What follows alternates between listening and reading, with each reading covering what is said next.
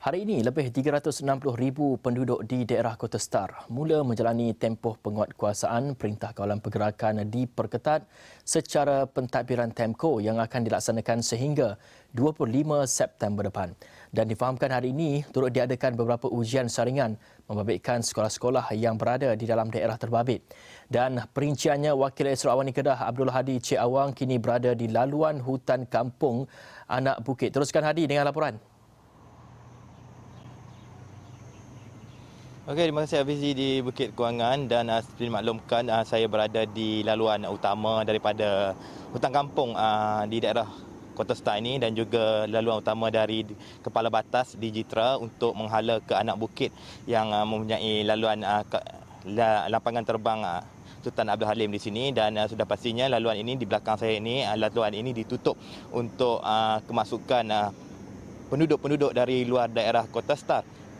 Dan disebut mengenai penutupan jalan dan juga sekatan jalan raya. Pagi tadi sekitar jam 2 pagi tadi kami ada membuat liputan berkenaan dengan operasi sekatan jalan raya dan juga penutupan jalan terutama di daerah Kota Star. Dan menurut timbalan Ketua Polis daerah Kota Star, pihak polis IPD Kota Star telah menutup telah melaksanakan 7 sekatan jalan raya terutama di kawasan-kawasan yang terletak di bersempadan dengan beberapa daerah lain terutama daerah Yan, daerah Kubang Pasu, daerah Padang Terap dan juga daerah Pendang. Itu yang dimaklumkan timbalan Ketua Polis daerah Kota Star semalam. Dan antara intipati lain dalam sidang media yang dilaksanakan sekitar 1.30 pagi semalam adalah mengenai beliau menasihatkan orang ramai agar tidak membuat pembelian panik kerana sepanjang tempoh PKPD pentadbiran ataupun TEMCO ini ketua keluarga dibenarkan untuk keluar membeli barang keperluan harian dan tidak berharap perkara seperti semalam yang tular mengenai kebanjiran penduduk-penduduk Kota Star di beberapa pasaraya besar di daerah ini tidak berlaku lagi di masa-masa akan datang. Dan berhubung perkara itu, petang ini sekitar jam 3 atau 4 petang kami akan melaksanakan tinjauan di beberapa pasaraya untuk meninjau apakah reaksi penduduk Kota Star terutama pada hari pertama pelaksanaan perintah TEMCO ataupun PKPD pentadbiran ini.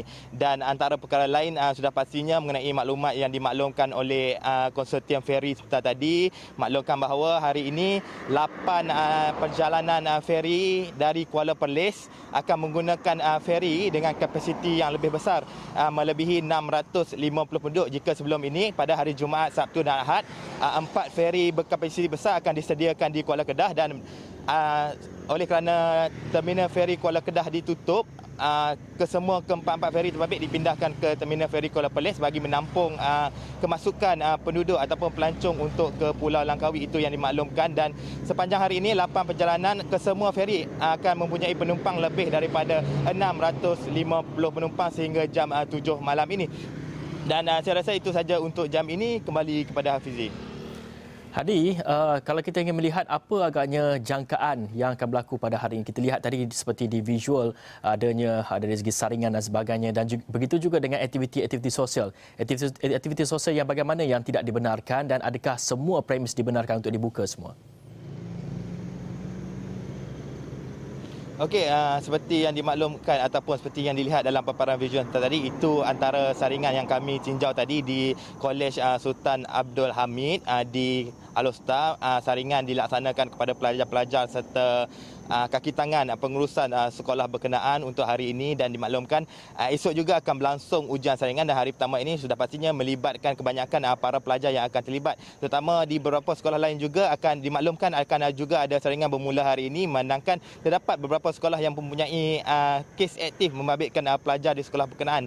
Dan lokasi-lokasi tumpuan yang seperti dimaklumkan seperti pusat rekreasi dan sebagainya di dalam Kota Star ini banyak sebenarnya pusat rekreasi, antaranya pusat rekreasi Taman Rimba, pusat rekreasi Taman Jubli Emas dan sebagainya ditutup untuk penggunaan orang awam yang tidak dibenarkan. Dan premis terutama premis makanan hanya dibenarkan beroperasi melalui kaedah take away saja, tidak dibenarkan makan di dalam premis tersebut sehingga tempoh 25 September depan, Hafizi.